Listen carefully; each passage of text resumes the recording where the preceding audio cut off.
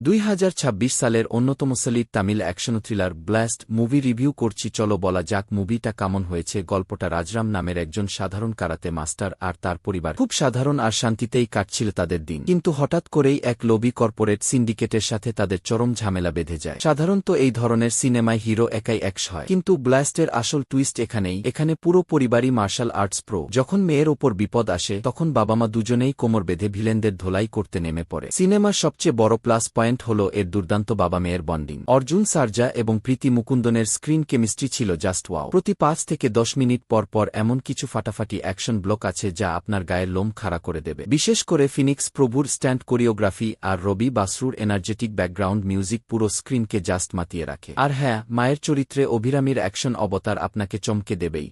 তবে হ্যাঁ, সিনেমার থার্ড অ্যাক্ট বা শেষের দিকটা একটু প্রেডিক্টেবল, আর কিছু জায়গায় ভিলেনদের অতিরিক্ত স্ক্রিন টাইম দেওয়া হয়েছে যা কিছুটা স্লো লাগতে পারে। কিন্তু ডেবিউ ডিরেক্টর সুভাষ কে রাজ যেভাবে পুরো সিনেমাটার পেসিং ধরে রেখেছেন তা এক কথায় প্রশংসনীয়।